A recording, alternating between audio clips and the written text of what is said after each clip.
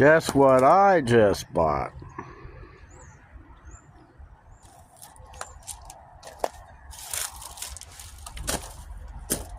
Don't know what it's from, but I'll tell you later when I get home and what these things cost new. Alright guys, I got my bucket home. They used a crane to put it on there. This thing roughly weighs 500 pounds.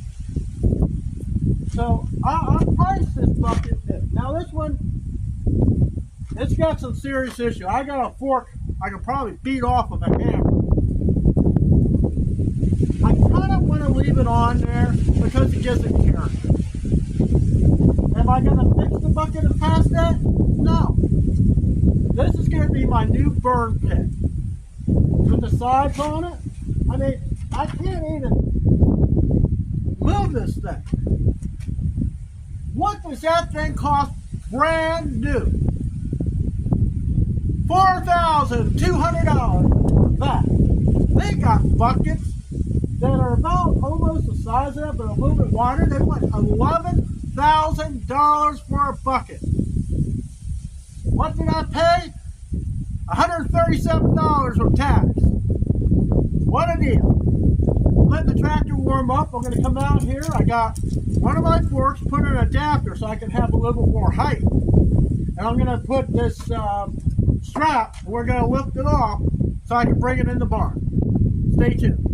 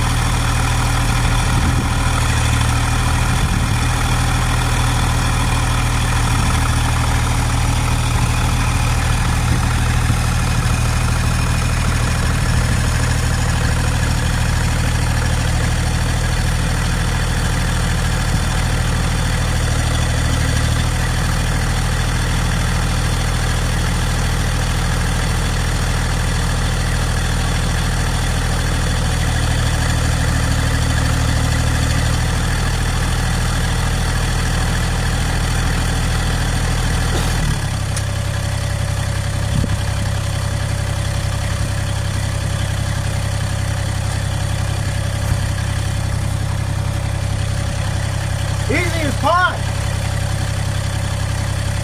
Even at idle, the tractor can pick this thing up.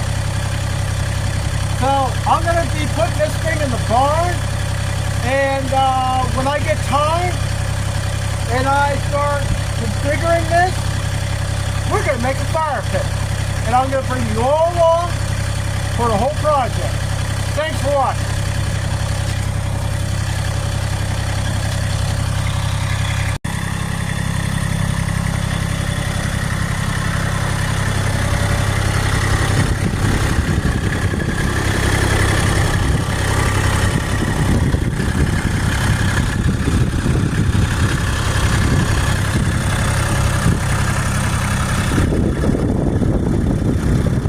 Hello everyone. I just want to kind of give you a recap of how I plan on working on that excavator bucket I bought. I tell you, that son of a bee is heavy.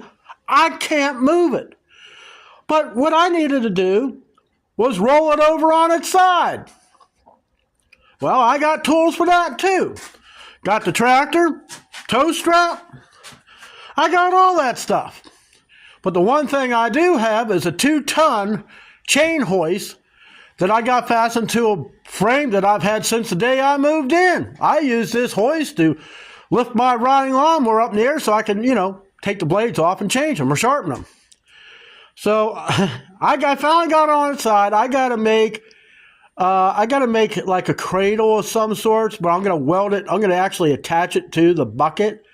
And I'm going to clean the bucket up and, paint it up, make it look a little better. Put some high temperature paint on the inside. At least that's my plan. I just don't really want to put it out in the yard until springtime. They're at least set to use. Let me show you.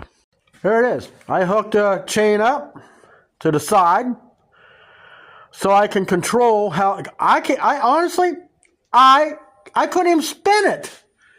This thing is so stinking heavy, I can't even spin it.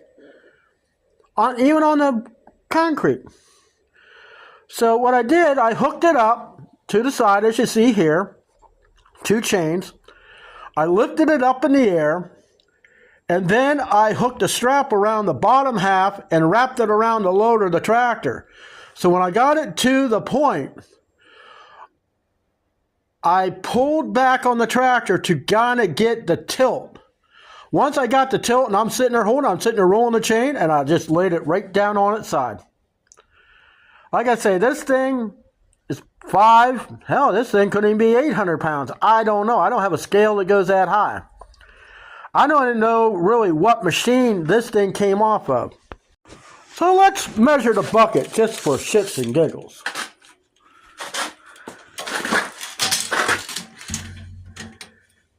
It's 22 inches one way on the opening. It's 18 in the back.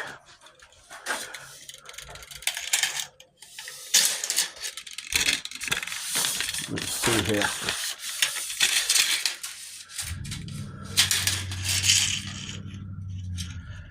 And a 31-inch opening. I mean, this steel is like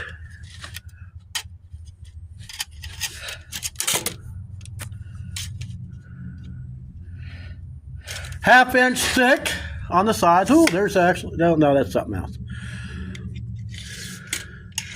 Pins, it's 1 3/4 inches in diameter.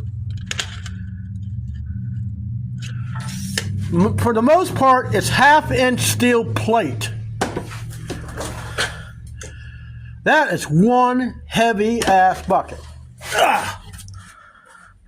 But for what I found on the internet, this bucket weighs around between 500 and 600 pounds. And if you had to buy it new, it'd be $4,200. But I got it laying on its side. When I get some other things taken care of, we're going to start working on this. Thanks for watching.